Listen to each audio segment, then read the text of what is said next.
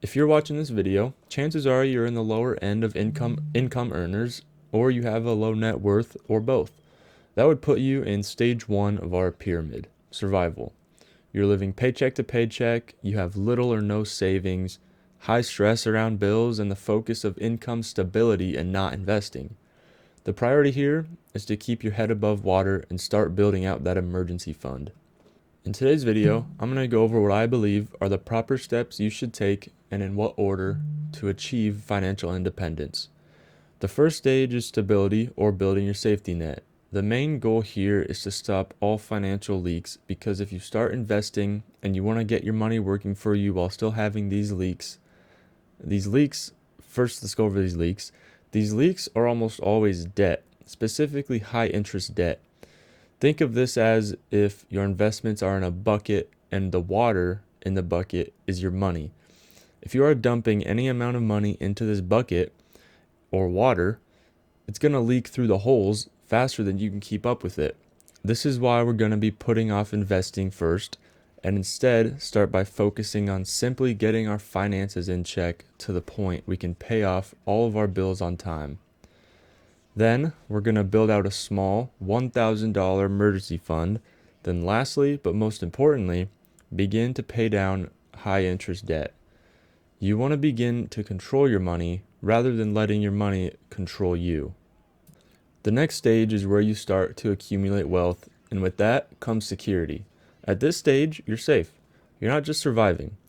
By now, you should have 3 to 6 months of an emergency fund built up, little to no debt, and you've begun retirement investing. This is the point in your financial journey where you start seeing the light at the end of the tunnel. The next stage is probably the most fun. It's where the growth and wealth accumulation is in full swing. It's when the growth of your investments starts working harder than you. They may out-earn your full-time income or cover most or all of your bills. You may even start adding other investments outside of the ETFs and mutual funds in your 401k and Roth IRA, like real estate. Most people never hit this stage, let alone the next two. In stage 5, you've achieved financial freedom. Work becomes optional. Investments can cover major living expenses. You choose to work for purpose rather than survival. Financial stress is all but an afterthought. The last stage is going to be very brief because I highly doubt anyone watching this video is there. This is the top 1%, the people who have generational wealth. They use their money for legacy like philanthropy or charity. Now, something to note, if you're on the beginning of your financial journey and following the stages in this video, is that you want to think about your progression like the stock market. If you zoom in, it's going to do a lot of ups and downs, but zoom out, and it appears to go almost in a straight line up and to the right. Sometimes you're going to see some regression at some point. This isn't a sprint, it's a marathon. Life happens. You might get laid off, or have an unexpected medical bill, or your car might break down. But think of it as investing for the long term. The beginning isn't always fun and exciting and flashy, but stick the course, and someday you will achieve financial independence. Now, most importantly, we're going to go over the order of operations for this wealth building matrix. This is most important because if you go about it in the wrong order, you could lose tens of hundreds of thousands of dollars over your lifetime. So before we can even start on this journey in your wealth building stage 1, it's likely you're just trying to survive, keep your head above water. So first we need to understand our finances. Before even continuing on with the matrix or this video, you need to do this. Budget. Write out your household income, then fixed expenses, then variable expenses. Fixed expenses could be your rent or mortgage, insurance, car payment, or anything you can't change the payment of. Variable expenses are the ones you can control, like eating out, gas, groceries, and entertainment. I want you to go to your past bank statements in the past few months and add up all your expenses. Then compare it to how much money is coming in. You need a good idea where you're at financially, and that comes with figuring out what stage you're at and why you're there. If your expenses surpass your income, then you need to go to the variable expenses column and see what you can cut out, or at the very least, cut down on. If you go out to the bars with friends every weekend and go get Chipotle burrito on your lunch break every day, then go home and decide which of your 5 streaming services you want to watch tonight, you're going to have to make some sacrifices, unfortunately. I'm not saying you need to turn into a hermit and never eat out or go out with your friends, but if you want to succeed, you need to at the very least cut down on these expenses. This is called delayed gratification. It's going to feel like you're sacrificing all these fun things and possible memories that you're missing out of for no reason. But I promise in 10, 15, 20 years, you will be glad you did.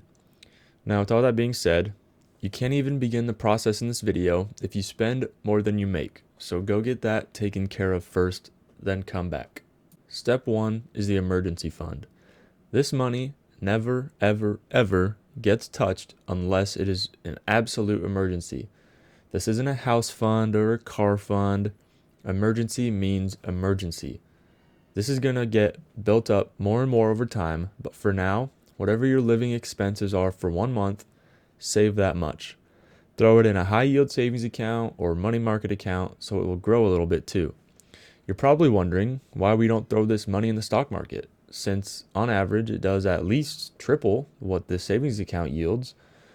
That's because the yield in the savings account is guaranteed while it's not in the stock market. The market has dropped anywhere from 20 to 80% in only a few years in the past. So we don't want that. We also don't want to have to pull money out of any investments we may have if we lose our job. This emergency fund will hopefully hold you over by the time you find a new job.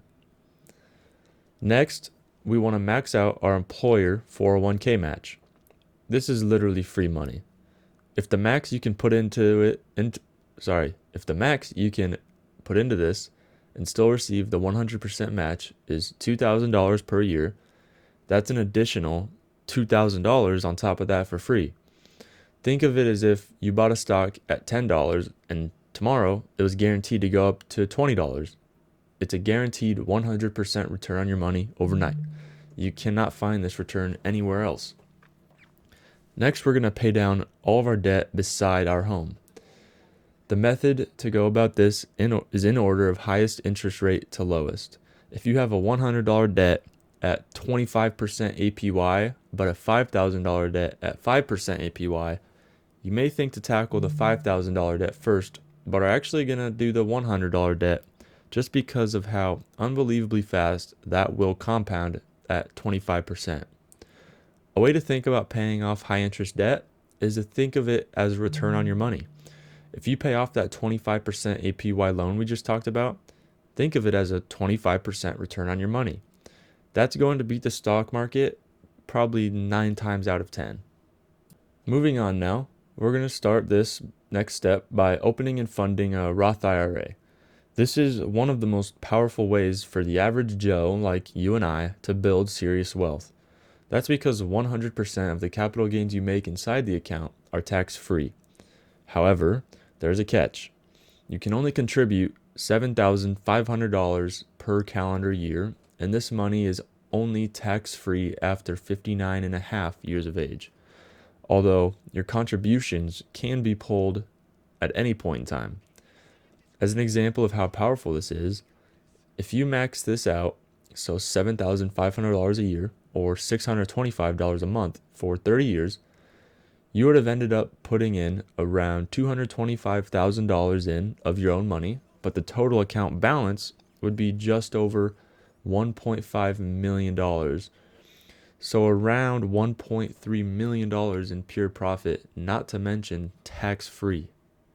Now we want to consider starting a taxable brokerage account. This account works the exact same as the Roth IRA with stocks, money markets, ETFs, mutual funds, except that all earnings are taxed unlike the Roth IRA, and there's no contribution limit to the taxable brokerage account.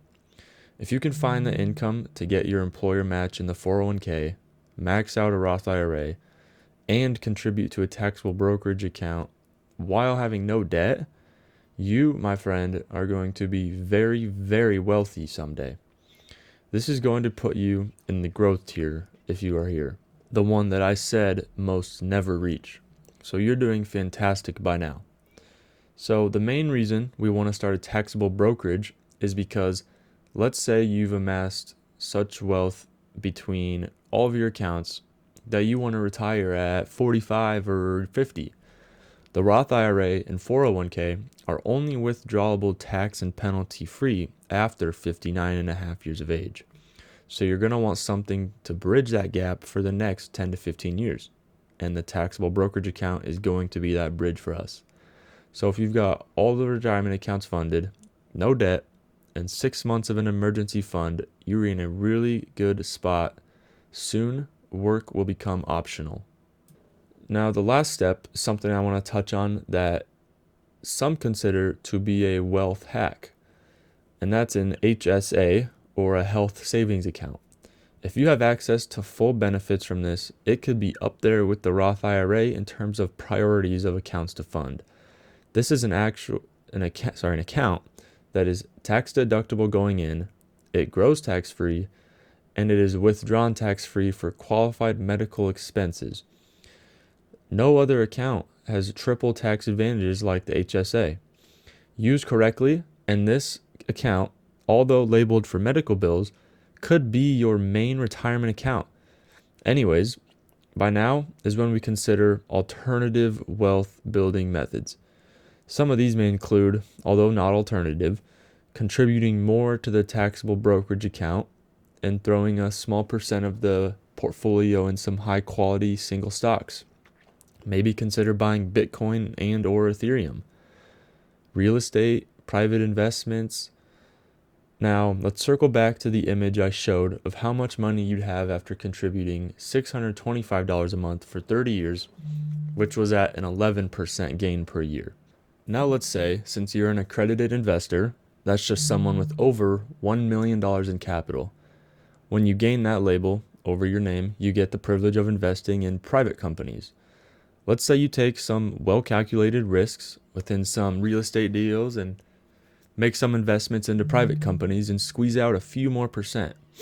Starting with that $1.5 million, assuming you now are able to achieve a 14% return per year, in 10 years, you'll now have over $5.5 million to your name. And that's not to mention, this is with no more contributions. You didn't add another dime to that to get $5.5 million.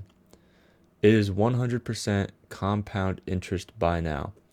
That just shows if you trust the process, you too can achieve generational wealth. Well, guys, that's all I've got for you today. Thanks for stopping by. I appreciate you taking the time out of your day to watch my video. If you want to know which ETFs are my favorite that I would choose by age, I'm going to be dropping that video sometime later this week, either on Thursday or Friday, so you don't want to miss that. Don't forget to subscribe and turn on post notifications so you don't miss that video. And also drop a comment on your thoughts on this video and also any video ideas you might have for me to possibly make in the future. Stay safe in the market, and I'll see you guys next time.